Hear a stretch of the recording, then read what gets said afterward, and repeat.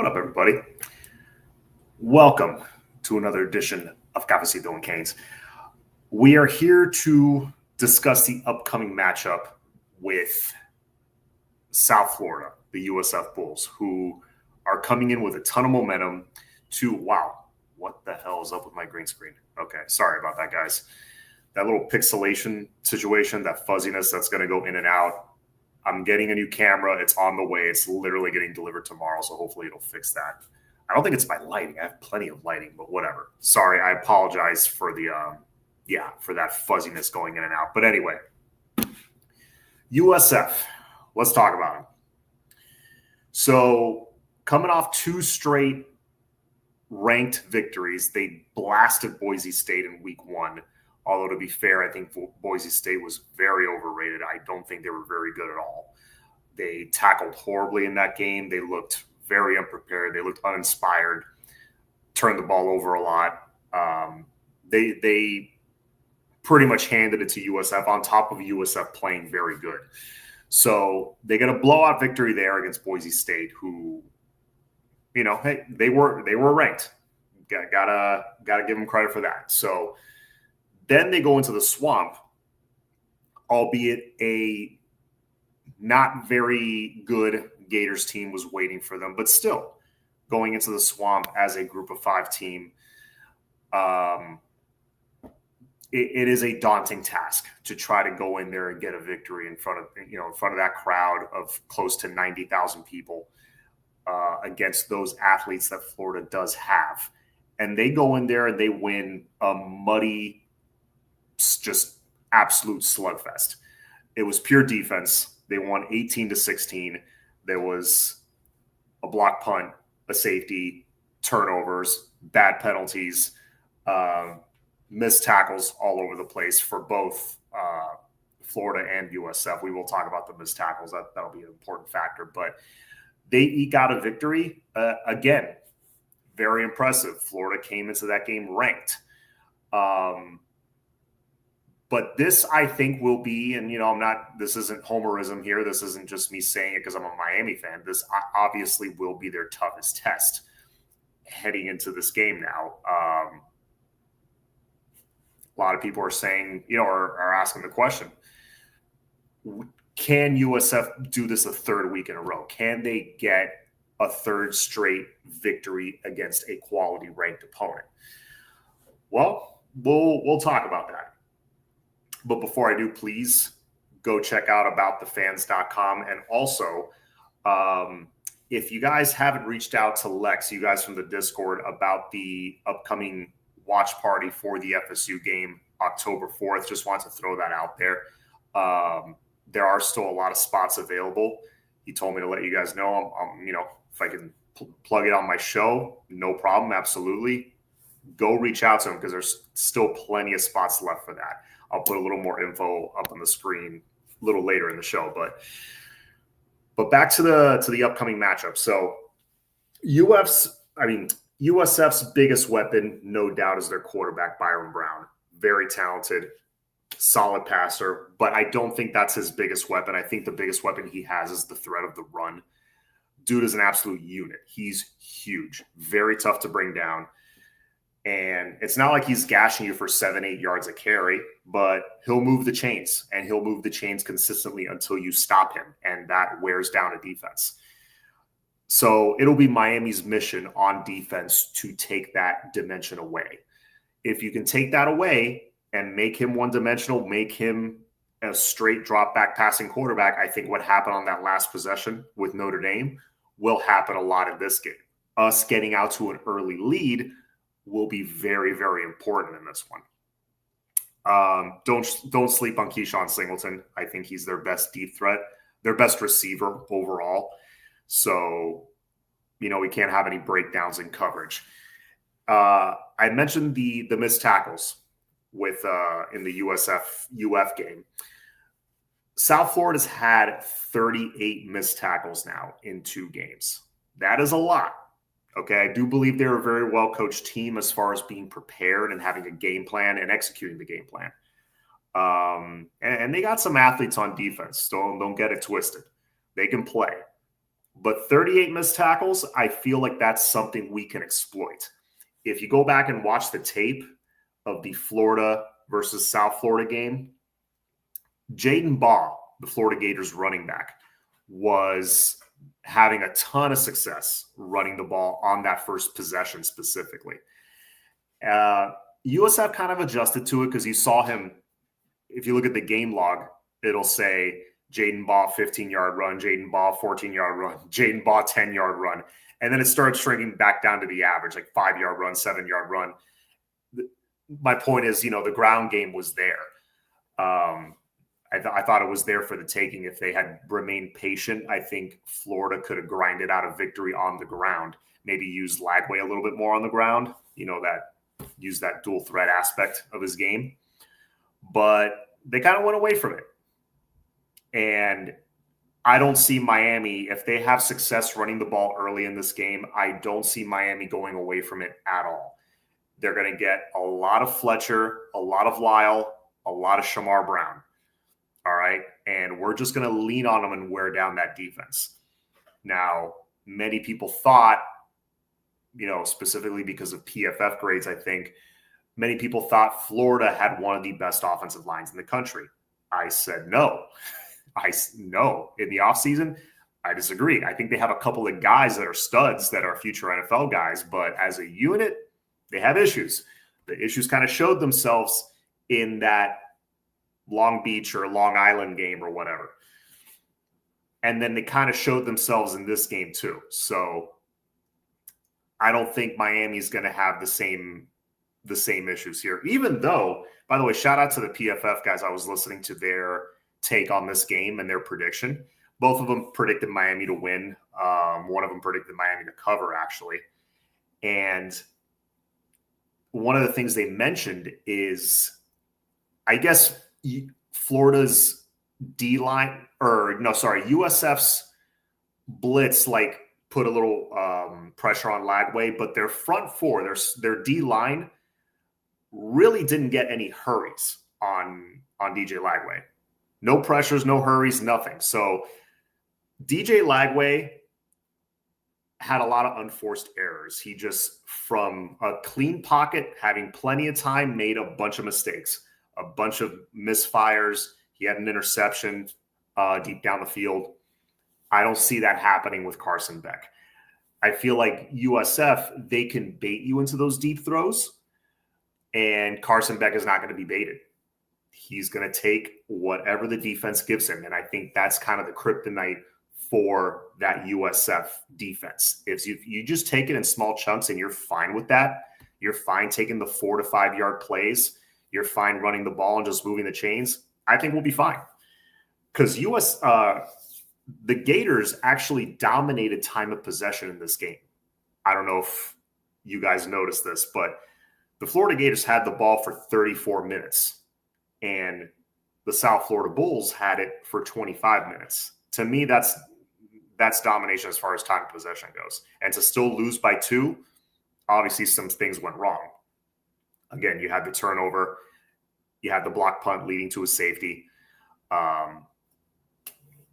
Special teams errors. That's another thing. Obviously, we have to keep clean. One of the common characteristics of a huge upset in college football, special teams miscues. So we got to play a clean game there. Can't turn the ball over. And by the way, shout out to another show that I watched them do their take on this. Rufino and Joe, good guys. I actually had Joe on my show back during the off season, and his take was great. I thought, if you want to avoid a potential upset, all you got to do is play fundamentally sound football. If you play fundamentally sound football, don't turn the ball over, take what they give you, swarm to the ball carrier on defense, make tackles, you're going to be fine. You're not going to suffer an upset, especially at home. Excuse me, let me plug my laptop in really quick. Don't want it to die during the stream. But I thought that was a great take. And Coach Heatherman, I think, has these guys rallying to the football and swarming to the football much better than last year. And really, at the end of the day, that's an effort thing. That's a culture thing.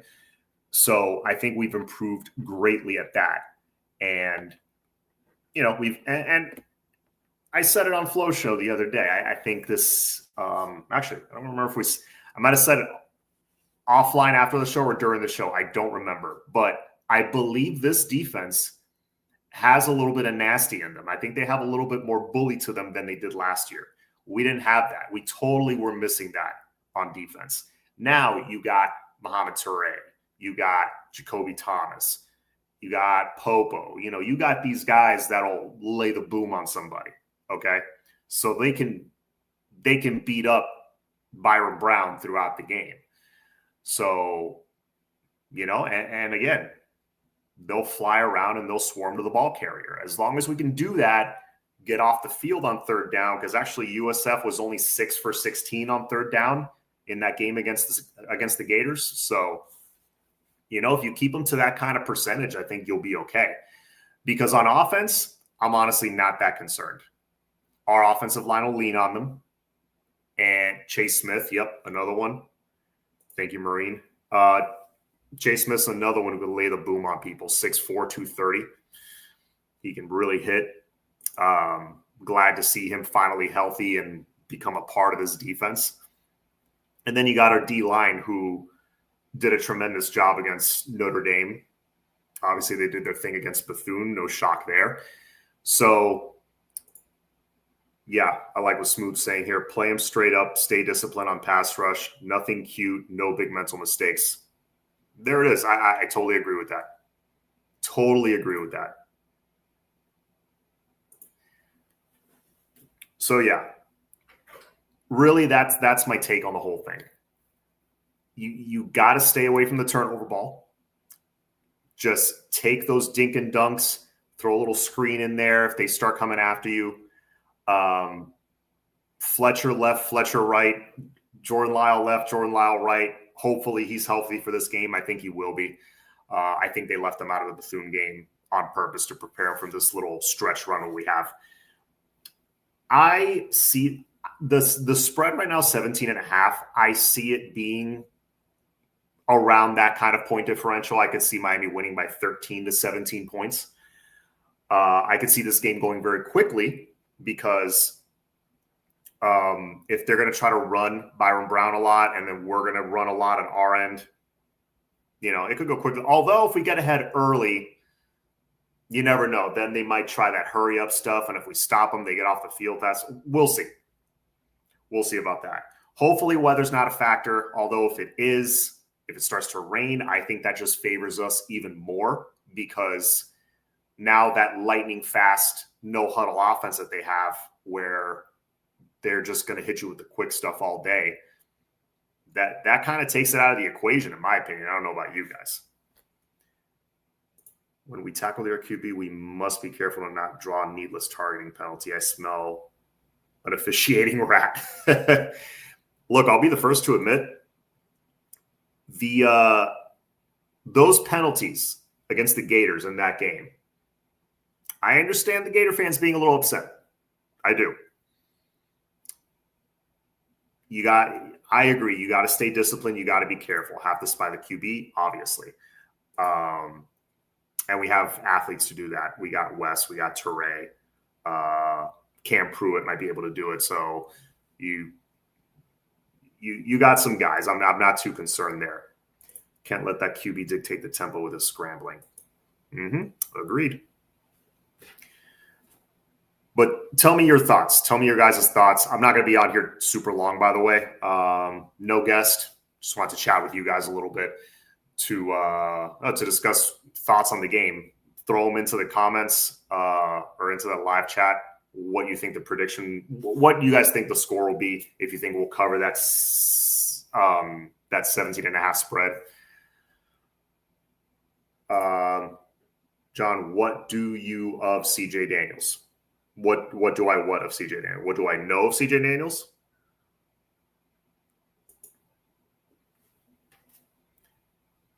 I've heard his name thrown around. I don't know if you're talking like health reasons. I haven't heard anything. I think he'll be, as far as I know, I think he'll be good to go. I haven't heard anything. Marine says 45-10. All right, I like it. I would love a blowout victory. That would be amazing if we just blow their doors off right out of the gate. Like I said, I don't think UF's quarterback was a huge issue in that upset loss to South Florida. That's not going to be an issue for us. If you just keep Carson Beck's jersey clean, give him time, a lot like Notre Dame. That's what I said going into that game. Keep him clean, let him go through his progressions, and we're more than good. Not only are we going to win, I think we're going to probably score into the 30s, and we're going to dominate time of possession. Just like Florida did, except they couldn't get into the end zone. We won't have that problem. If there's one problem we do not have, it is finishing drives. That we can absolutely do. We get in your red zone consistently, it's a wrap. 38-14 Miami, 45-17. I like that 38-14, to be honest with you, or like 31-14. I'm kind of thinking in those terms. You know, I think that, again, that spread of about 17, I think that's pretty accurate, actually. 37-14, one good drive and a trick play for them. JoJo going to be a problem with Tony and Daniels. Yeah, if JoJo really is full go, oh my God. Oh my God. And Chris Gons, if you were asking, what do I think of Daniels, like just as a player, I think the kid's been a stud so far. Truth over falsehood. What's going on, dude? Hey, John just got here. Yeah. Not like I told the chat, I'm not going to be on super long because of no guest. I'm going to be on again Thursday. I'll try to get a guest for that, but just some early conversations here about South Florida. I will say this. So I gave you guys the reasons why I think we will win. O-line's too dominant. Running game, they're going to have a hard time stopping it. It's in our house. I think it's going to be a solid atmosphere. They're saying, just like last week, that they're running low on tickets, which is a great sign. For a Bethune-Cookman game, I thought the turnout was decent. It was like a little more than I thought it would be. So that was good. It wasn't a sellout like some people were thinking. But it was a decent turnout. Not bad. I think this game will be even better. I remember A&M 2 years ago. We weren't that good yet. It was our first big home game in a while where we got that victory. And that one, I don't even think we had 50,000 in the crowd. It was like surprisingly low. But I think this one is going to have more than that. Capacity is what, 66? That's what we had against Notre Dame. It was a sellout, like a record crowd. I see us having like upper 50s, like 57 to 59,000 at the game. If you have like upper 50,000s and that's like what, 88, 87% full, something like that, that would be great. That would be a great atmosphere. It's going to be loud. They're going to have a hard time hearing the snap count. It'll be good. It'll be a fun game. But you get that. Our weapons on offense, our special teams has been, aside from that muffed kick on our first field goal attempt of the season, after that, our special teams has been very solid. Good coverage, good punting, kicking. No mental errors really after that first one. And then on defense, again, we're swarming to the ball much better. I think all those things alone, and the fact that, look, congrats to USF for being 2-0 and getting 2 ranked victories. I really do believe the 2 teams they beat, though, are overrated. I don't think we are. This, by far, is their toughest challenge yet. So those are the reasons I feel we're going to win and win relatively comfortably. Now, reasons we may lose, just to throw those out there, just to play both sides of it. The only way I could see this happening is multiple special teams errors, a complete breakdown on defense, and all of a sudden we're turning the ball over on offense. Those are the 3 big factors that would lead to an upset win for USF. At least 2 of those 3 would have to happen. I could see one miscue on special teams. You know, maybe they block a punt or, you know, we miss a chip shot field goal. I could see one happening, you know, and we'll still be okay.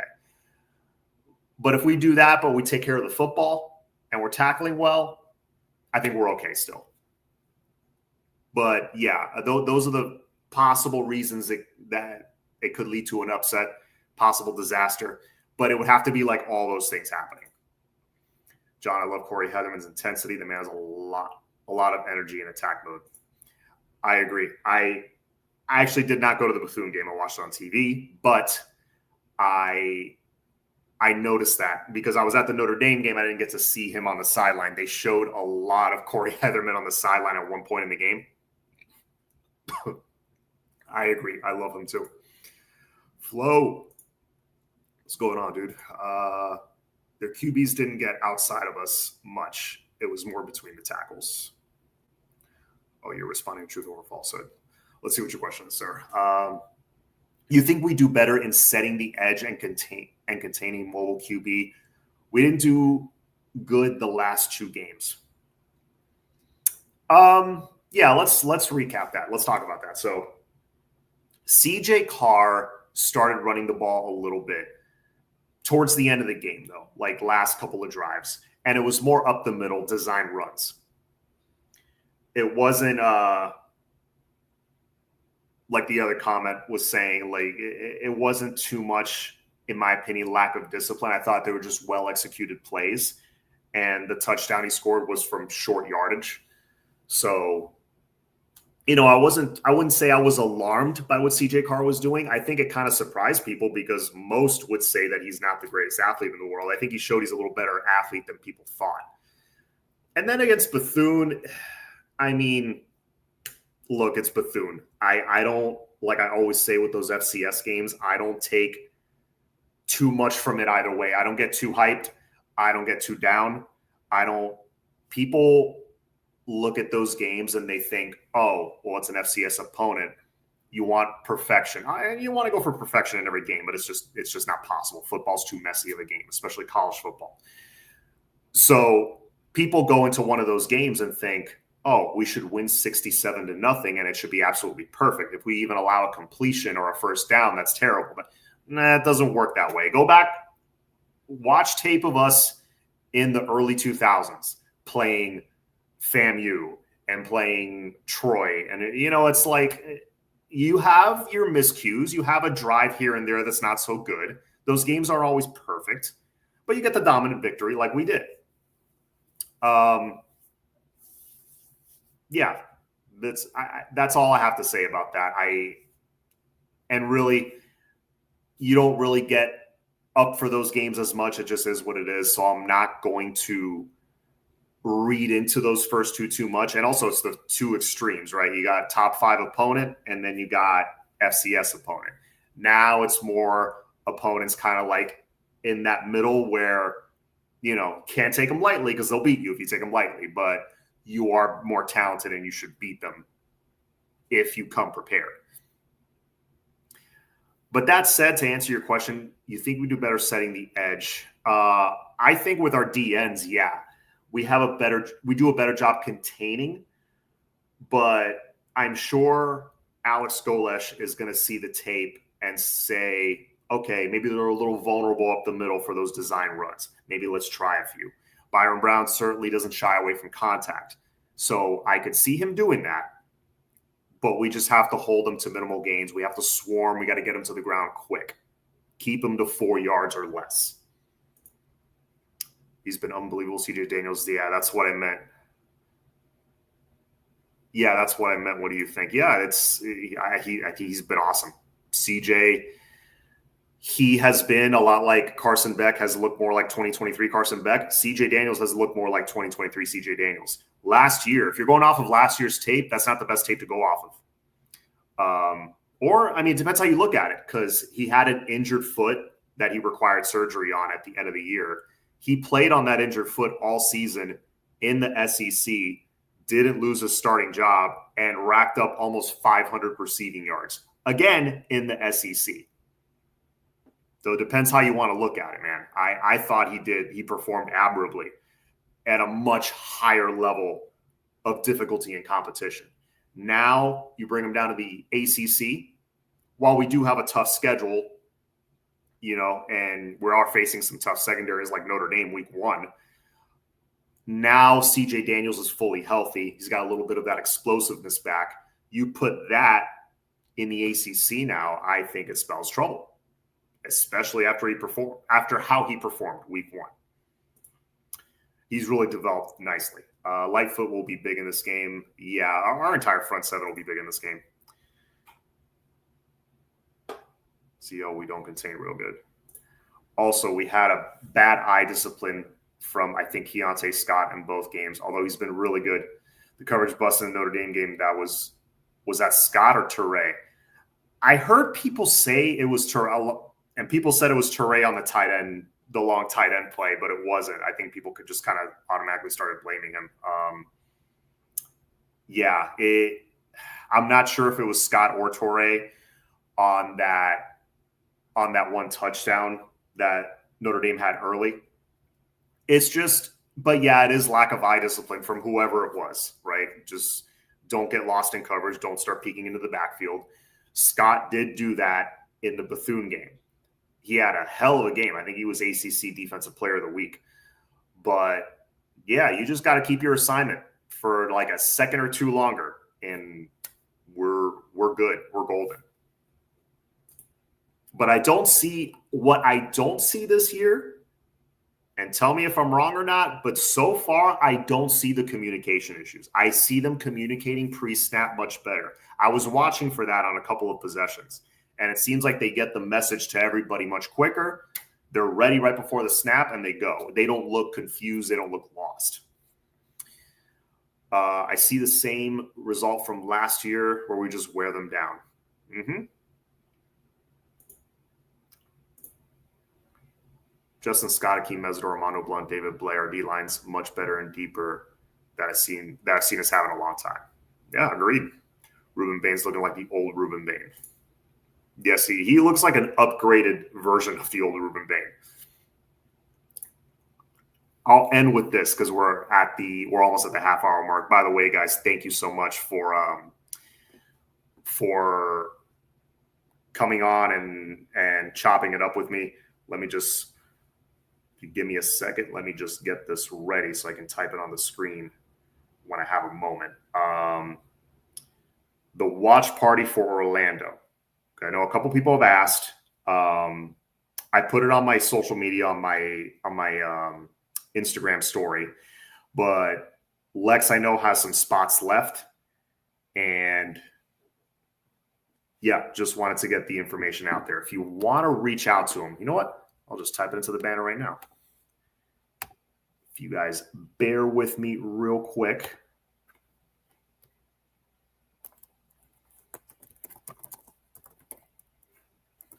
So the October 4th watch party for the FSU game, it's going to be in Orlando at the Mad Hippo Saloon. Go reach out to Lex. I'm going to post his number here on the screen right now. He said, yeah, go ahead and put my number out there. I don't care. All right, save. There we go. Watch party October 4th. Reach out to Lex. You want to call him, shoot him a text. He has spots available. They may not last too much longer, but they do want to fill it up. If you haven't been, it's at the Mad Hippo Saloon in Orlando. Fun place. It was a fun time. I went for the watch party that we did for Florida in the season opener last year. Obviously, with the blowout victory, it was a freaking blast. We loved it. Solid food, great drinks. Like it's a good time. So if you were thinking about it, you were on the fence, going to the watch party in Orlando, go check it out. It was a great time. Rocky, it looks like we are going to have a great crowd come to the game. Yeah, it looks like it, hopefully. Thank you, John. As always, outstanding content. Oh, I appreciate it, man. Can I ask one more question? Hang on. Yes, you can ask one more question, Truth, but let me answer this question before you ask that one. Do you think this is a playoff team? I do. I think this is a playoff roster. Do I have confidence they're going to get it done? I will get back to you. Let me see these next 2 games. If we just go out there and just blow South Florida's doors off, I will come back. I'll be a little cockier. I'll come back and be like, okay, this team's for real. They're not playing down to their competition. They're taking care of business. They're just out muscling the other team. Carson Beck's the truth. I'll be saying all those things, But yeah, while Notre Dame was a great victory, small sample size, amazing atmosphere. They had a freshman quarterback. There's other things at play. I need to see a bigger sample size. I need to see 1 or 2 more games before I can make that claim. Should they do it? Do I expect them to do it? Yes. My expectations are high. But gun to my head, do I put down a bet on it? Give me another game or 2 watching this team. Going into the season, I said this is a 10-win team. This is a 10-win at-large playoff team. Maybe one of the lower seeds, but they sneak in. That's kind of where I see this team heading in. Now, the receiver play, especially if JoJo Trader can stay healthy and the tight ends can get more involved now, this offense can be more potent and more dangerous than I thought. So, yeah. Come back to me. Depending on the USF game goes, come back to me. Then I might have a more clear answer for you. I love how this OOC schedule is keeping our team focused. Out of conference schedules is keeping our team focused on the end state. Previously, we would have overlooked teams. Now every week matters, literally. I agree. No, and the other thing is when you get so close to the playoffs, when you taste it almost and you fall short, I think the leadership on this team, the guys that are coming back, are, they remember that. They remember getting close and not quite getting there. That's a great motivation for veterans coming back to, take another crack at it. And also you got a lot of older guys on this team, a lot of 23 and 24-year-olds. You got a mature quarterback who's a great leader. A lot of vets. You have more depth than you did last year. I'm confident. I'm much more confident than I was 2 weeks ago. Do you think Mario will continue his conservatism going forward? I hope he doesn't and buries the Lizards once and for all. He doesn't seem to have a killer instinct, unfortunately. I don't know if I agree with that because he really has us prepared for big games. And we absolutely just mud stomped Florida. I mean, you all saw it. We smacked them around. We did whatever we wanted. Part of that was because we had Cam Ward. But, I thought the fact that he had us so well prepared to kick their ass, in a way, I think that's a killer instinct. But as far as the conservatism, I think he opens it up as the season goes. Remember we were having the same conversation last year? We were talking about how vanilla the run game looked. But then we started throwing a few more wrinkles in there. Then Damian Martinez started getting going, started getting more acclimated to this style of run game, which he didn't run at, was it Oklahoma State? Yeah, Oklahoma State. Or Oregon State, one of the two, sorry. He didn't run that there. He ran a different scheme here. So once he got acclimated and, all the guys got into a rhythm, the running game was obviously much better. We were top 5 in America in yards per carry. So I could see him opening up a little bit. Now, we're not going to be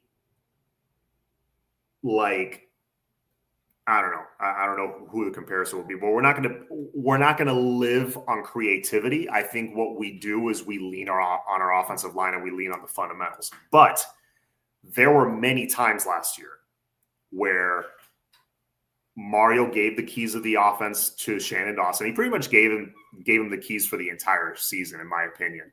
And as the games went along, you saw more and more wrinkles. You saw Shannon Dawson reach a little deeper and deeper into that bag and really go after secondaries. I know nobody wants to talk about that game, but the Syracuse game we were shredding them in the passing game. I thought we had our foot on the gas and we were really aggressive, but then that ended up kind of backfiring because we had a couple of quick stops, gave them the ball back quickly, and before we knew it, we blinked and it was 21-21. But I thought by the end of the year, and then if you look at the first half of the bowl game, the play calling, I thought it got a lot more creative. Not anything crazy. We still had our identity, but you know what I mean? Like things opened up as the season went. So I see this season being no different. I mean, Dawson has barely, in my opinion, has barely started showing things. We beat Notre Dame really only showing a little bit, and our two biggest weapons, in my opinion, Lofton and Trader, in the passing game, they weren't even available. Okay, so I think things will open up as the season goes. But truth, it is a great question. What Mario does he has learned to give up the reins to Dawson. I commend him for that. I think when he has a quarterback he can trust, he will give up the reins to Dawson. And it seems like he has. It's just the style of game that the Notre Dame game was. I think people were a little concerned about that. It's just that style of game. It was a heavyweight fight, body blow after body blow. It's just kind of how that game went. But Mario is a guy that when he sees the running game working, he'll run it down your throat for 60 minutes. It may not look like a blowout on the scoreboard, but you know what? It's a 17-point victory, and we go home with a healthy quarterback. Kind of like what we did against FSU last year. So, yeah, I don't know if that answers your question, but that's just my thought on it.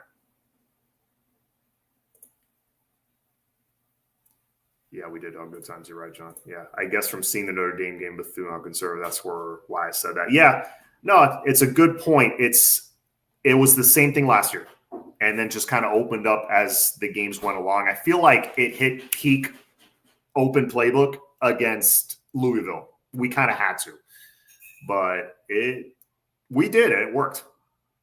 You know what's funny is that Mario has beaten Ryan Day while at Oregon. He has beaten Marcus Freeman, Dabo Sweeney, Jimbo Fisher. Mario's beaten some good coaches. He really has. That is a great point. Yeah, he has a nice list of great head coaches and like good X's and O's head coaches, good game day coaches that he's taken down the last couple of years. I'll end with this one because otherwise we'll go on forever. CJ Bailey next season. I mean, I wouldn't say no to that. I'm a CJ Bailey fan. If that's what you're asking, I would take him in a heartbeat. Here's the thing with CJ Bailey, though. Everyone is going to be after him. It's not just going to be us. He will have money thrown at him from everywhere. So if you think, oh, Miami's just going to drop a bag, it'll be fine. Yeah, we're going to drop a bag. We'll drop multiple bags if we need to. Bags, private jet, an island. I don't care what you got to do, but so will other teams. So, I think some of it's going to come down to is will Dawson stay another year? That could help us. The skill positions. Look, CJ Daniels is going to be gone, but you got JoJo hopefully coming back next year. You got a healthier Nikar, Chance Robinson. You got Malachi Toney. You got Ray Joseph for one more year, plus the receivers you're bringing in. You got Joshua Moore. Your tight end room is the same. Running back room is the same. You're loaded with some weapons. And next season, the offensive line, if you can convince a couple of these guys like McCoy or Pancake to come back one more season, which I think both should. They need the tape. I think they can. They got NFL upside for sure, but they need the tape. I think if you can convince a couple of those guys to come back, Ryan Rodriguez will probably be your center, or SJ, whoever's more ready. Jackson Cantwell comes in. He maybe starts at right tackle just like Francis did. Maybe you convince Mark Bell. Maybe not. Mark Bell's probably going to the league. And so maybe you go to the portal for a left tackle. Maybe you develop a guy in-house. Maybe you move Pancake to left tackle. I don't know. But I think like 4 of the 5 spots on the O-line next year, or at least 3 of the 5, are pretty much figured out. So he might just need a little portal help there, but I feel like the O-line is pretty set. So that being said, CJ Bailey, let's say this is all hypothetical, right? He may decide to stay at NC State. Who knows? He may decide to be loyal and stay there. But if he hits the portal in 2026 and sees what all the toys he has to work with on offense, and by the way, next year our defense is going to be pretty loaded. Yeah, we lose Bain, but all the young talent coming up, we've been recruiting well, okay? And I think we would spend money. Well, I know we would spend money on the D-line. This is going to be an attractive place, I think. Quarterback next year, I think, to me, is the biggest question mark, but it's like one of the very few question marks on this team. That and maybe D-tackle. Who do you put next to Justin Scott? That's pretty much it. Gufsy doing Kane. The Cal QB is better, and nobody will be after both of all. Hang on, let me read that from the beginning. The Cal QB is better, and nobody will be after both of them. All the real money have a new QB, and they won't be running. They won't be in the running. Maybe GA, but they just got a freshman. Yeah, it's definitely going to be. There's definitely going to be more of a rush to get a portal quarterback just in general in college football. I think that's where college football is going. If you can get a guy that can come in for a year or two, that's already a vet, that's already taken his lumps, that's what a lot of the big programs are going to do moving forward. Truth over falsehood. I got to go. I know you got another question, but I will be back on Thursday. So save your questions. I do appreciate you guys. Please hit like and subscribe. Again, you're interested in the watch party on October 4th in Orlando, reach out to Lex. I posted his number earlier. And that's pretty much it for me. Hope you guys enjoyed the show. Please like and subscribe, share, all that stuff. And as always, have a good night and go Canes.